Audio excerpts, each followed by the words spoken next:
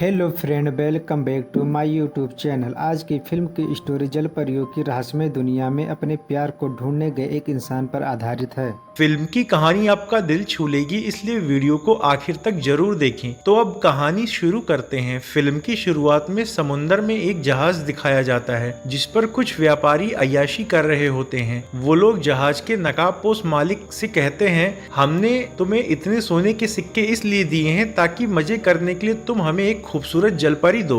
अब जहाज के नकाबपोश मालिक के लोग एक कांच के जार में उन सबके सामने एक खूबसूरत जलपरी पेश करते हैं। उन व्यापारियों में एक प्रमुख व्यापारी कहता है, हम कैसे मान लें कि ये असली है। इस बात पर नकाबपोश मालिक के लोग उस कांच के जार को तोड़ देते हैं और वो जलपरी नीचे गिर जाती है। सभी व्यापारी लालच में आकर उसकी ओर बढ़ने लगते हैं। नकाबपोश कहता है, पहले तुम लोग आपस में ये डिसाइड कर लो कि तुम में से किसको ये चाहिए, क्योंकि ये किसी एक को ही मिल पाएगी। ये सुनते ही बाकी व्यापारी मुख्य व्यापारी को मार डालते हैं और फिर आपस में ही एक दूसरे को मारने लगते हैं। इसी मौके का फायदा उठाकर वो जलपरी समुंदर की ओर छलांग लगा देती है। नकाबपोश उसको पकड़ने के लिए उसे एक जंजीर से बांध देता है, पर फिर भी वो समुंदर में कूद जाती है। उसके पीछे पीछे जहाज पर आपस में लड़ रहे व्यापारी भी उसको पकड़ने की लालच में समुंदर में कूद जाते हैं। वो लोग समुंदर में भी आपस में लड़ना जारी रखते हैं। उसी जहाज पर एक युवक यानली और उसका दोस्त भी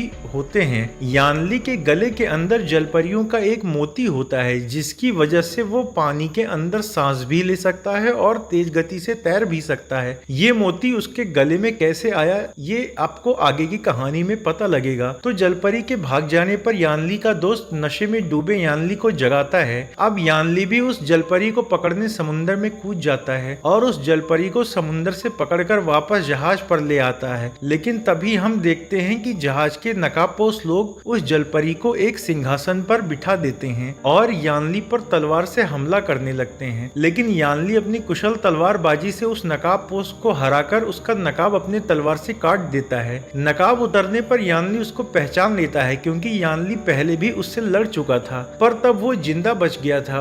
उस नकाबपोश का नाम झाओजू था। झाओजू फिर से यानली पर हमला करने लगता है, पर जलपरी उसको रोक देती है। यानली का दोस्त यानली से कहता है, मुझे समझ में नहीं आ रहा है कि ये सब लोग उस जलपरी का आदेश क्यों मान रहे हैं। यानली कहता है, क्योंकि ये कोई जलपरी नहीं है, ये एक समुद्री राज्य जिन्वी के राजा की चुड़ैल पटरानी है। ये सुनकर वो जलपरी अब अपने असली रूप में आ जाती है और उसके सिपाही भी अपना अपना नकाब उतार देते हैं। वो पटरानी यानली से कहती है, क्योंकि तुम्हारे गले में जलपरियों का मोती है, इसलिए तुम समुद्र के अंदर भी रह सकते हो। तुम हमारे समुद्री राज्य जिन्वी के बहुत काम आ सकते हो, इसलिए मैं चाहती हूँ कि अब से तुम हमारे लिए काम करो। और वो यानली को पूर्वी चीन सागर का समुद्री कप्तान बना देती है। वो पद स्वीकार कर लेता है और अपने कमरे में चला जाता है। उसके पीछे पीछे पटरानी भी उसके कमरे में चली जाती है और वो यानली के साथ जबरदस्ती रोमांस करने लगती है। यानली उसको अपने से दूर झिटकने लगता है। झिटकने के बाद भी वो बेशर्म औरत यानली से चिपकने की बार बार कोशिश करती है और हर बार यानली खुद को उससे दूर कर देता है। पटरानी यानली से कहती है कि क्या तुम राजा से डर रहे हो?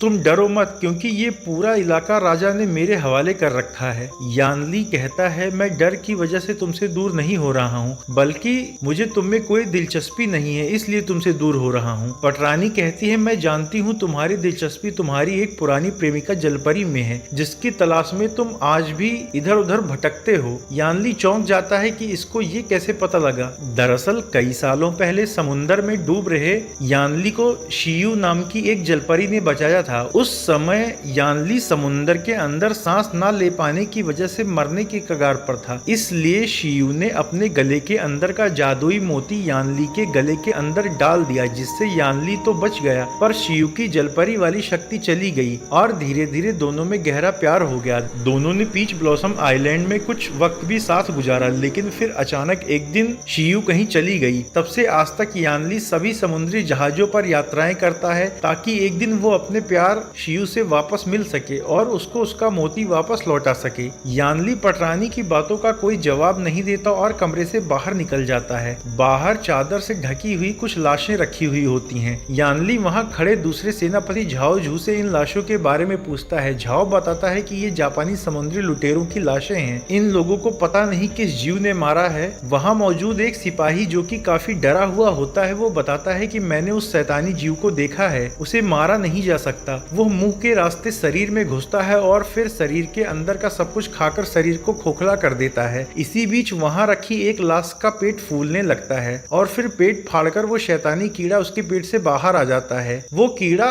उस डरे हुए सिपाही के खुले हुए मुंह में घुस जाता है। इससे पहले कि वो शैतानी कीड़ा सिपाही के शरीर को भी अंदर से खोखला कर पाता, झाओ उसका गला काट देता है। अब एक दूसरा सिपाही उस शैतानी कीड़े को पकड़कर उसे एक बॉक्स में बंद कर देता है। वहां मौजूद पटरानी यानली से कहती है कि ये शैतानी कीड़ा घोस्ट ड्रैगन किंग के शरीर से निकला है। ये कीड़े पेड़ की जड़ों की तरह हजारों की संख्या में बढ़ते रहते हैं और इसका यहाँ होने का मतलब ये है कि घोस्ट ड्रैगन किंग अब अपने टापू से बाहर आने वाला है। अगर वो बाहर आ गया तो दुनिया में तबाही मच जाएगी। पर घोस्ट ड्रैगन किंग कहाँ रहता है ये सिर्फ जलपरियों को ही पता होता है और जलपरियां ही घोस्ट ड्रैगन किंग को रोक सकती हैं। इसीलिए हमें सबसे पहले जलपरियों को ढूंढना होगा और क्या पता इसी दौरान तुम्हें तुम्हारी पुरानी प्रेमिका जलपरी भी मिल जाए और तुमको उसके अचानक से गायब होने का राज भी पता चल जाए। यानली जलपरियों को ढूंढने के अभियान पर जाने के लिए खुशी से तैयार हो जाता है। पटरानी उससे बताती है कि आखिरी बार जलपरियों को पीच ब्लॉसम आइलैंड पर देखा गया था।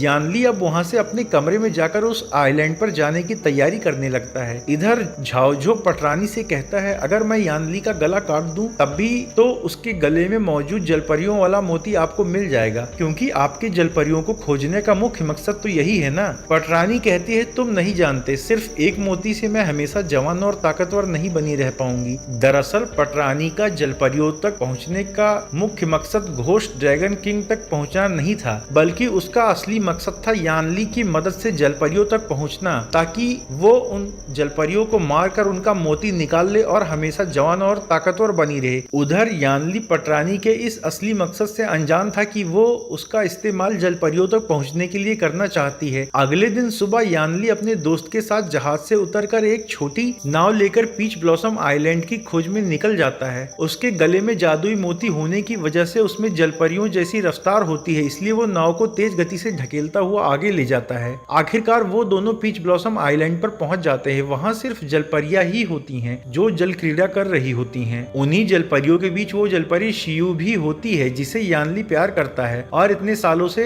जिसकी तलाश कर रहा होता है। यानली उसको देखकर खुद पर काबू नहीं रख पाता और उसको बुलाता है। शियू उसको देखती तो है पर वो यानली को नहीं पहचान पाती। यानली कहता है हम दोनों एक दूसरे से प्यार करते हैं, हम दोनों ने साथ में वक्त भी गुजारा है, पर तुम एक दिन अचानक से गायब हो गई। तब से मैंने तुम्हें कहां कहां नहीं ढूंढा। मुझे तुम्हारा जादुई मोती भी तुम्हें लौटाना है। शियू कहती है कि मैं तुम्हें नहीं पहचानती, तुम कौन हो। यानली के कुछ समझ में नहीं आता कि आखिर ये मुझे पहचान क्यों नहीं रही है। अब शियू पानी में कूद जाती है, यानली भी उसके पीछे पीछे पानी में कूद जाता है। शियू यानली से कहती है मैं तुम्हें पहले ही बता चुकी हूँ कि मैं तुम्हें नहीं पहचानती। उसका दोस्त मजे लेते हुए कहता है कि ये तुम्हारा हस्बैंड है। यानली कहता है लगता है तुमने अपनी याददाश्त खो दी है। शियू कहती है कि हाँ, मेरी ग्रुप लीडर ने बताया था कि जब से मैंने अपने गले का मोती खोया है तब से मेरी याददाश्त भी कमजोर हो गई है। यानली कहता है तुम्हारे गले का मोती मेरे गले के अंदर है, तुम मुझे बताओ कि मैं वो तुम्हें कैसे वापस कर सकता हूँ। शियू कहती है मुझे कुछ याद नहीं आ रहा, पता नहीं तुम झूठ बोल रहे हो या सच, और हमारे ग्रुप लीडर ने बताया है कि हमें इंसानों के साथ रिश्ता नहीं रखना चाहिए क्योंकि इंसान धोखेबाज होते हैं। यानली कहता है अफसोस की बात है कि आज तुम सब भूल गई हो, यहाँ तक कि मुझे भी। इसी बीच बाकी जलपरियां अपने दुपट्टे से यानली को जकड़ लेती हैं क्योंकि उन्हें लगता है कि वो यहाँ किसी गलत इरादे से आया है। लेकिन तभी पटरानी वहाँ झाओ और सैनिकों के साथ पहुंचकर उन जलपरियों पर तीरों की बौछार कर देती है। जलपरियां खुद को और यानली शियू को उन तीरों से बचाने की कोशिश करते हैं। जवाबी हमले में जलपरियां भी पटरानी के सैनिकों को एक एक करके मारने लगती हैं, पर तभी जलपरियों की ग्रुप लीडर भी वहां पहुंच जाती है। वो उन सबसे कहती है कि हम जलपरियों ने किसी इंसान से शादी ना करने की शपथ ली है, इसलिए तुम लोग अगर यहाँ किसी जलपरी से शादी करने के इरादे से आए हो तो ये नहीं हो पाएगा, और वैसे भी इस आइलैंड पर बाहरी लोगों का आना मना है। उनमें से एक मरमेड ग्रुप लीडर से बताती है कि ये लोग यहाँ शियू के लिए नहीं आए हैं। ग्रुप लीडर कहती है इन लोगों पर भरोसा नहीं किया जा सकता। फिर वो अपनी शक्ति से पानी के बंधन से पटरानी और उसके दोनों सेनापतियों को बांध देती है, पर यानली के अंदर मोती होने की वजह से वो पानी से नहीं बंधता। यानली ग्रुप लीडर से कहता है कि पटरानी तुमसे घोस्ट ड्रैगन लॉर्ड के बारे में एक महत्वपूर्ण बात करने यहाँ आई हैं। ये सुनकर ग्रुप लीडर उन लोगों को अपने कैद से आजाद कर देती है। पटरानी के आदमी टीम लीडर को बॉक्स में रखे हुए शैतानी जीव का कटा हुआ भाग दिखाते हैं। ये देखकर टीम लीडर उन सभी के साथ अपने दरबार में चली जाती है। वहाँ एक मासूम जलपरी बच्ची सेनापति झाओ से कहती है कि तुम्हारे चेहरे से लगता है तुम बहुत ही नेक इंसान हो। इस बात पर दूसरा सेनापति उसके मजे लेते हुए कहता है इसकी शकल पर मत जाओ। वहीं पर एक जलपरी टीम लीडर से कहती है ये घोष ड्रैगन लॉर्ड के बॉडी से निकला शैतानी कीड़े का टुकड़ा है। टीम लीडर कहती है इसका मतलब ये है कि पूर्वी शाही मोती की ताकत कम हो रही है, तभी घोष ड्रैगन लॉर्ड फिर से सक्रिय हो रहा है। यानली पूछता है कि ये पूर्वी शाही मोती क्या है। शियू बताती है कि शाही मोती जलपरियों के लिए बहुत पवित्र वस्तु है और इसकी शक्ति से घोष ड्रैगन नियंत्रण में रहता है। टीम लीडर कहती है हमें ड्रैगन पैलेस जाकर उस शाही मोती की घटती शक्ति को बढ़ाना होगा और उसको सुरक्षित करना होगा। इस पर पटरानी कहती है इसमें मैं और मेरे सैनिक आपके साथ हैं, लेकिन टीम लीडर कहती है हम उस जगह पर किसी बाहरी को ले जाने का खतरा नहीं उठा सकते। वैसे भी घोष ड्रैगन लॉर्ड बहुत ही शक्तिशाली और खतरनाक है, अगर उसको पता लग गया तो वहाँ कोई नहीं बचेगा। दरअसल पटरानी का इरादा जलपरियों को मोहरा बनाकर उस शाही मोती तक पहुँचने का था, ताकि वो उसको हासिल करके उसकी शक्ति से खुद को हमेशा के लिए जवान और ताकतवर बना ले। टीम लीडर उन लोगों को अपने साथ ले जाने से मना कर देती है। उसी रात शियू जहाज पर यानली के कमरे में उससे मिलने जाती है। वो यानली से पूछती है कि मुझे बताओ पहले हम दोनों के बीच में क्या हुआ था, क्योंकि उस बारे में मेरी याददाश्त में कुछ भी नहीं है। यानली कहता है कई सालों पहले मैं समुद्र में जहाज पर एक अभियान पर था, उस दौरान तुमने मेरी जान बचाई थी, फिर सैनिकों से मैंने भी तुम्हारी जान बचाई और हम दोनों में प्यार हो गया। शियू कहती है पता नहीं क्यों ये सब मुझे याद नहीं है, और प्यार हम जलपरियों के लिए एक अभिशाप की तरह है, कभी भी इसका अंत अच्छा नहीं रहा, इसलिए हम लोगों को बाहरी लोगों से प्यार करने की इजाजत नहीं है। इसी दौरान पटरानी भी यानली के कमरे में आ जाती है, पर तब तक शियू उसको देखकर बेड के नीचे छिप जाती है। पटरानी फिर से यानली के साथ जबरदस्ती रोमांस करने की कोशिश करती है। यानली पिछली बार की तरह ही फिर से खुद को उससे बचाने की कोशिश करता है। वो उससे झूठ बोलती है कि हम पहले भी तो ये बहुत बार कर चुके हैं। यानली कहता है ऐसा कभी कुछ नहीं हुआ। इसके बाद पटरानी उसके कमरे से बाहर चली जाती है और बेड के नीचे छुपी शियू बाहर आकर यानली से कहती है मेरी टीम लीडर सही कहती थी, हमें बाहरी मर्दों पर भरोसा नहीं करना चाहिए, सभी धोखेबाज होते हैं। यानली कहता है पटरानी झूठ बोल रही है, मेरे और उसके बीच में ऐसा कुछ भी नहीं है, वो हम दोनों के बीच दरार डालने के लिए ऐसा बोल रही थी। पर शियू नाराज होकर वहां से चली जाती है। अगले दिन टीम लीडर और कुछ जलपरियां ड्रैगन पैलेस में जाती हैं। एक जलपरी शियू को भी अपने साथ वहां ले जाती है, क्योंकि गले के अंदर मोती ना होने की वजह से शियू खुद नहीं जा सकती थी। वहां उन्हें ड्रैगन पैलेस का खंडहर और एक सिंहासन दिखता है। टीम लीडर कहती है कोई भी आवाज नहीं करेगा, क्योंकि आवाज से घोष ड्रैगन लॉर्ड जाग सकता है। शाही मोती उसी सिंहासन के एक पत्थर पर लगा हुआ होता है। टीम लीडर कहती है इसकी ताकत और चमक कम हो गई है। एक जलपरी उस मोती को निकालने की कोशिश करती है पर नाकाम रहती है। टीम लीडर कहती है ये शाही मोती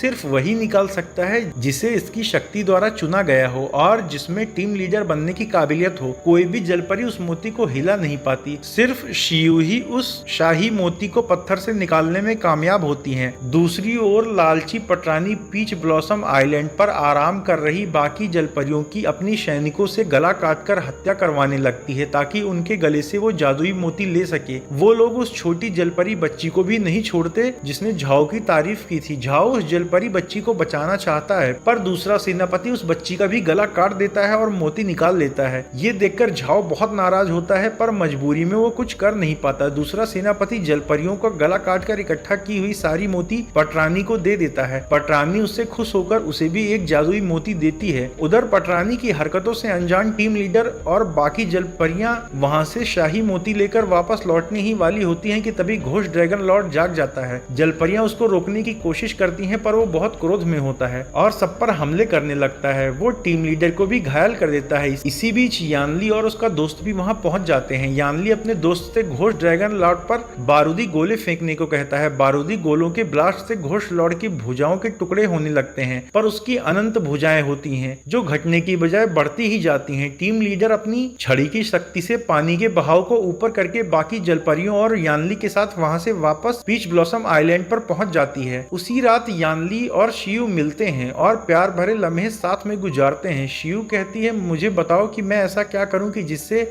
मुझे हम दोनों का भूला हुआ प्यार याद आ जाए और मैं फिर से तुम्हें पहले की तरह ही प्यार कर सकूं। यानली कहता है सब वक्त पर छोड़ दो। रात में पटरानी की एक नौकरानी जब उसके कमरे में जाती है तो उसे वहां एक बूढ़ी और बदसूरत चेहरे वाली औरत दिखती है। दरअसल वो पटरानी ही होती है जो असल में बूढ़ी और बदसूरत होती है, पर दिखावे के लिए वो एक जवान लड़की का चेहरा लगाती है और जवान रहने के लिए वो जलपरियों का मोती इस्तेमाल किया करती थी। अब क्योंकि नौकरानी ने पटरानी का असली चेहरा देख लिया था, इसलिए वो नौकरानी को मार डालती है। अगली सुबह जलपरियां उस शाही मोती में अपनी शक्ति का कुछ भाग डालकर उसे फिर से शक्ति से भर देती हैं, लेकिन तभी पटरानी उस शाही मोती को पाने के लिए अपने आदमियों से जलपरियों पर हमले करवा देती है। पटरानी का दूसरा सेनापति पटरानी द्वारा मिले मोती को निगलने की वजह से शक्तिशाली हो गया होता है। वो टीम लीडर पर जानलेवा हमला करके उसे बुरी तरह जख्मी कर देता है और उसकी गर्दन पर तलवार लगाकर शिव से शाही मोती लेकर पटरानी को दे देता है। जलपरियां पटरानी से कहती हैं,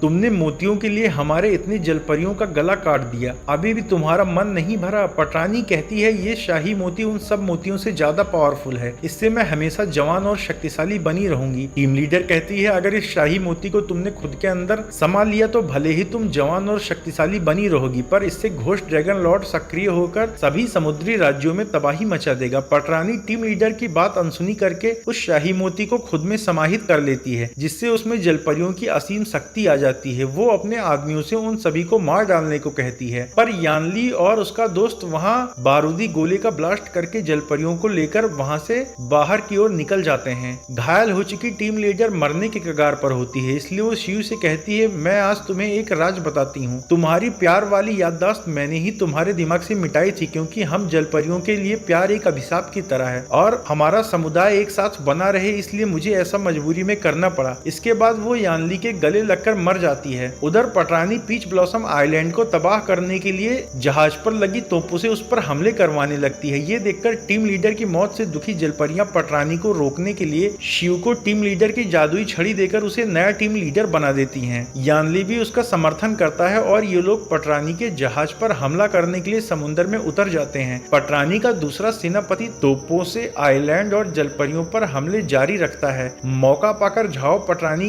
के खिलाफ हो जाता है और तोप चलाने वालों को मारने लगता है। झाओ कई सैनिकों को अकेले मार गिराता है। तब तक जलपरियां और यानली भी जहाज पर पहुंच जाते हैं। वो लोग भी पटरानी के सैनिकों से लड़ने लगते हैं। ये देखकर पटरानी घोस्ट ड्रैगन लॉर्ड को जगाने के लिए वहां से ड्रैगन पैलेस जाने के लिए निकल पड़ती है। शिव उसको देख लेती है और वो भी यानली के साथ पटरानी का पीछा करती है। ड्रैगन पैलेस में पहुंचकर पटरानी शाही मोती की शक्ति से घोस्ट ड्रैगन को जगा देती है। घोस्ट ड्रैगन अपनी अनंत भुजाओं से यानली और शिव पर हमले करने लगता है। शिव अपनी तलवार से उसकी भुजाएं काटने लगता है, पर वो बढ़ती ही जाती है। घोस्ट ड्रैगन यानली को जकड़ने पर उतारू होता है। वहीं दूसरी ओर पटरानी अपनी शक्तियों से शिव पर एक के बाद एक कई हमले करती है। शाही मोती की शक्ति के कारण पटरानी के आगे शिव बहुत कमजोर पड़ रही होती है। पटरानी शिव की जादुई छड़ी छीनकर उसको उसी से मार मार कर बेहाल कर देती है। ये देखकर यानली शिव को बचाने आ जाता है, पर पटरानी यानली को भी अपनी शक्तियों से उछालकर पटक देती है। घायल पड़ा यानली पास ही में घायल पड़ी शिव से बात करने की कोशिश करता है, पर इस पर क्रोध से भरी पटरानी उसको समुद्र के अंदर ढकेल देती है। शिव के गले में मोती न होने के बावजूद भी वो यानली को बचाने समुद्र की गहराई में कूद जाती है। उधर शक्ति के घमंड में चूर पटरानी बहुत खुश हो रही होती है, लेकिन शाही मोती पर पूरा कंट्रोल न होने की वजह से घोस्ट ड्रैगन भी उसके कंट्रोल से बाहर हो जाता है और वो पटरानी की सारी ऊर्जा चूस लेता है, जिससे पटरानी अपने पहले के स्वरूप यानी बदसूरत शैतानी जलपरी के रूप में आ जाती है। अब घोस्ट ड्रैगन लॉर्ड पूरे पीच ब्लॉसम आइलैंड को निगलने लगता है, जिससे पीच की कुछ पत्तियां समुद्र के अंदर बेहोश हो चुकी शिव के माथे पर चिपक जाती हैं। इससे उसकी प्यार वाली याददाश्त वापस आ जाती है। याददाश्त वापस आने पर वो बेहोश हो चुके यानली को किस करती है, जिससे यानली के गले के अंदर का मोती वापस शिव के गले में चला जाता है। अपना जादुई मोती वापस पाने की वजह से शिव में जलपरी वाली शक्तियां फिर से आ जाती हैं और वो यानली को पानी से बाहर निकाल लाती है। वो यानली से बताती है कि मुझे हम दोनों का प्यार याद आ गया है। इसके बाद वो बेकाबू हो चुके ड्रैगन के अंदर से शाही मोती को वापस खींचकर ड्रैगन को उसी मोती में कैद कर देती है और वो मोती को उसी सिंहासन पर पुनः स्थापित कर देती है। शक्तिहीन होकर वहां पड़ी पटरानी से शिव कहती है कि इतना सब करने के बाद भी तुम फिर से अपने असली रूप में आ गई। आखिरकार पटरानी मर जाती है। अब जलपरी समुदाय की सारी जिम्मेदारी शिव पर आ गई होती है और वो टीम लीडर भी बन चुकी होती है। इसलिए अपने दिल पर पत्थर रखकर वो यानली के दिमाग से दोनों की प्यार की यादें मिटा देती है। यानली उसको ऐसा ना करने को कहता है, पर शिव कहती है हम दोनों की आगे की जिंदगी के लिए बहुत जरूरी है। इस तरह ये फैंटेसी लव स्टोरी यहीं खत्म हो जाती है।